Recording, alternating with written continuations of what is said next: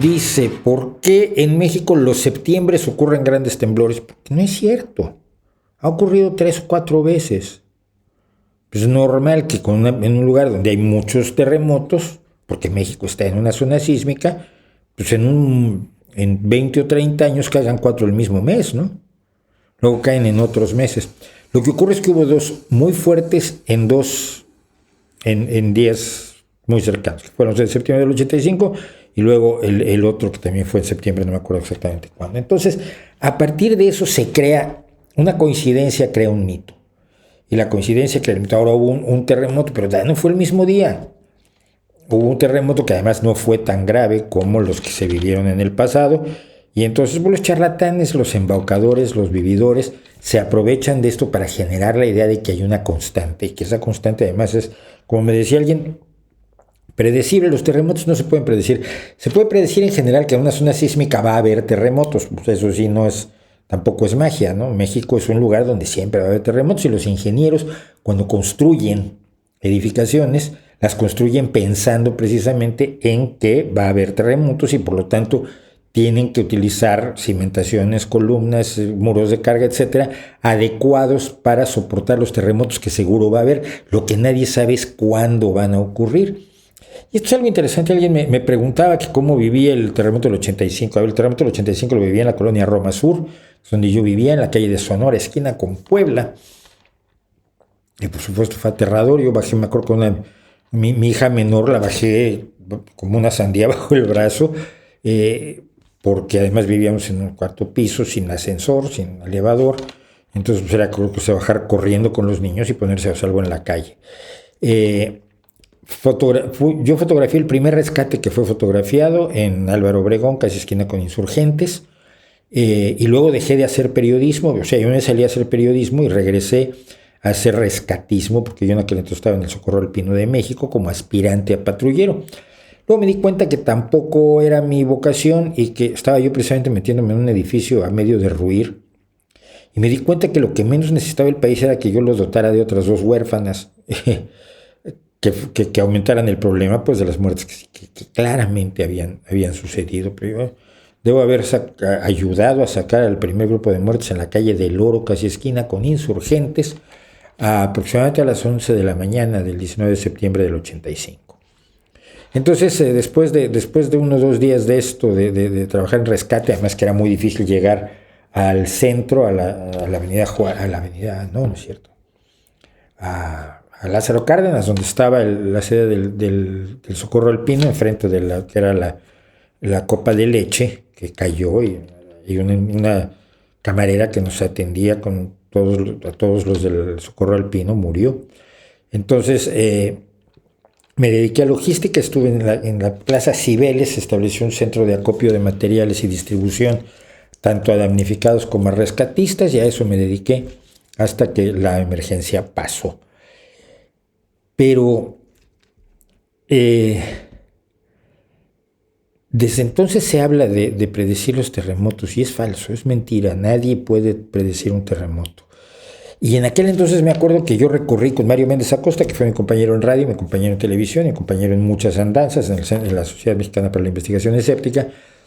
Mario y yo recorrimos varios lugares donde había habido derrumbes. En el 85 la mayor parte de los derrumbes fueron en construcciones que habían sido pagadas con dinero oficial, es decir, en secretarías, en hospitales, en escuelas y en unidades habitacionales hechas por el gobierno. Y Mario me enseñaba y me decía, mira, es que los terremotos no tiran edificios, los edificios los tiran los ingenieros que los construyen mal.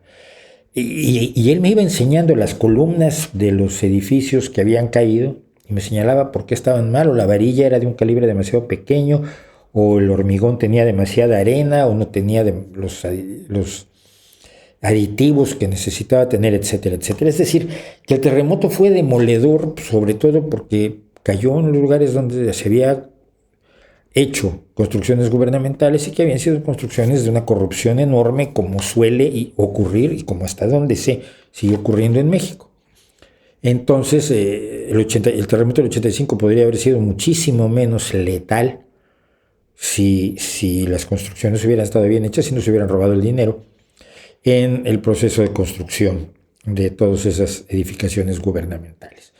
Pero no se pueden predecir los terremotos, así que olvídenlo.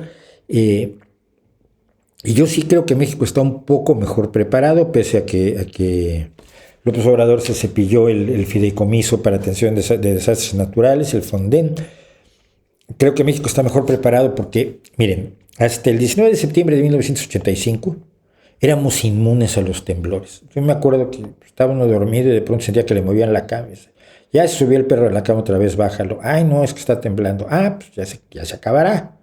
Luego, si uno era malévolo y cruel, tomaba el auto y se iba a la zona rosa o a la zona de los hoteles y a ver cómo estaban los extranjeros todos vestidos o en pelotas directamente o con una sábana, aterrorizados y viendo cómo llegar al aeropuerto y tomar el siguiente avión para irse. Cuando uno sabía que los temblores no eran graves en México, no pasaba absolutamente nada desde el terremoto del 59 que tiró al ángel. Fue en el 59, creo que sí, que se cayó el ángel de la independencia, la victoria alada de la independencia. En realidad no es un ángel, es Nike, la diosa de la victoria. Y entonces uno estaba totalmente inmunizado. Temblar era algo que pasaba comúnmente en México. Cuando despertamos a lo que ocurrió el 19 de septiembre de 1985, las cosas cambiaron y cambiaron radicalmente. Entonces yo creo que México está bastante mejor preparado para los terremotos. Yo la primera vez que vine a España, que fue en el 92, estamos hablando de 7 años después del temblor, del terremoto, y 7 años que uno se quedó, o sea, psicológicamente quedamos tocados todos. Cuando el viento movía una lámpara, uno sentía que estaba temblando otra vez y se subía en el pánico.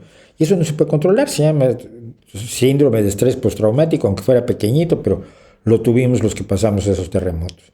Y los que vimos, pues, tantísima gente muerta, por desgracia.